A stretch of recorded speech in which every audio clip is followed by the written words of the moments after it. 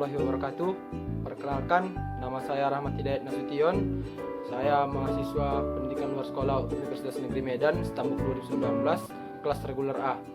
Jadi guys, barusan itu saya searching di Google bahwa per hari ini tanggal 15 Mei 2020 angka korban yang terjangkit itu COVID-19 di Indonesia itu sekitar 16.496 jiwa, dan di dunia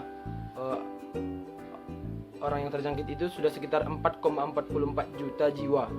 Jadi dapat kita bayangkan betapa mengerikannya jangkitan COVID-19 ini sendiri ya guys. Jadi di sini saya punya tips untuk mencegah penyebaran COVID-19 itu dengan tetap stay at home atau tetap di rumah aja dengan menerapkan 5 fungsi keluarga. Jadi temanya hari ini adalah bersama kita mencegah penyebaran COVID-19 melalui penerapan 5 fungsi keluarga. Adapun fungsi yang pertama itu adalah fungsi ketakwaan. Jadi meningkatkan keimanan dan ketakwaan terhadap Tuhan Yang Maha Esa dan selalu membersihkan tempat-tempat ibadah adalah hal yang penting ya guys.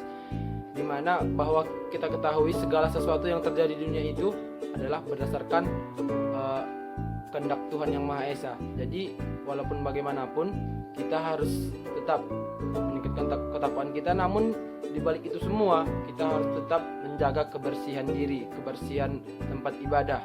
Ketika kita pergi ke tempat ibadah atau ke masjid, misalnya mau sholat, ada baiknya kita menggunakan sajadah pribadi kita dari rumah, tetap memastikan bahwa kita dalam kondisi bersih,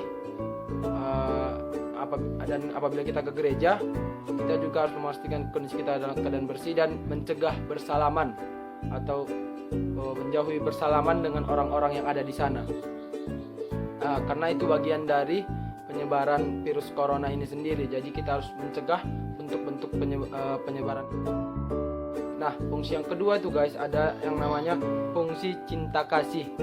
Fungsi cinta kasih itu di sini artinya orang tua memperketat pengawasan terhadap anak-anaknya. Jadi orang tua itu sebagai objek vital di dalam suatu keluarga meningkatkan pengawasan terhadap anak-anaknya.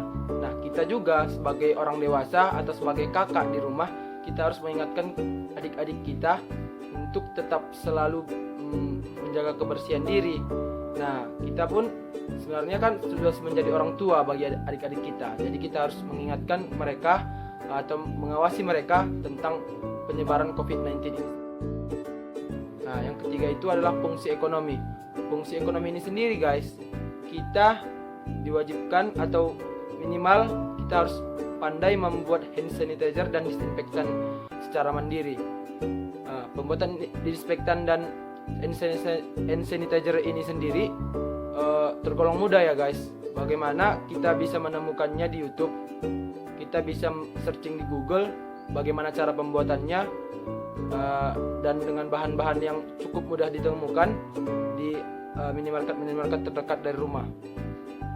Dengan menerapkan fungsi ekonomi ini sendiri, kita bisa mencegah pengeluaran yang begitu berlebihan. Apalagi kita ketahui di masa pandemi ini pendapatan itu kan tergolong menurun ya guys. Jadi dengan menerapkan fungsi ekonomi, dengan membuat disinfektan dan hand sanitizer buatan secara mandiri ini, kita bisa menekan angka pengeluaran kita sendiri. Nah, fungsi keempat itu adalah fungsi sosialisasi pendidikan.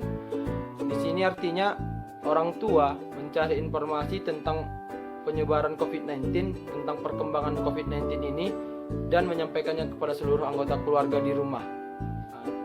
Seperti yang tadi saya bilang bahwa orang tua itu adalah objek vital di dalam rumah. Apapun yang dilakukan orang tua bisa ditiru oleh anak-anaknya. Begitu juga dengan kita sebagai kakaan atau abangan, kita juga bisa mencari informasi dan menyampaikannya kepada adik-adik kita, bahkan kepada orang tua kita. Jadi kita harus giat mencari informasi mengenai perkembangan COVID-19 ini sendiri. Dan yang fungsi yang kelima itu adalah fungsi yang terakhir, fungsi pembinaan lingkungan. Fungsi pembinaan lingkungan ini sendiri, kita diharuskan meningkatkan kebersihan dalam rumah, baik secara dan dalam diri sendiri dan di dalam lingkungan rumah itu sendiri. Nah, Jadi guys, di sini kita dianjurkan untuk sering menyapu, mengepel, cuci tangan dan mandi secara berkala agar tidak atau agar bisa menekan angka penyebaran COVID-19 itu sendiri.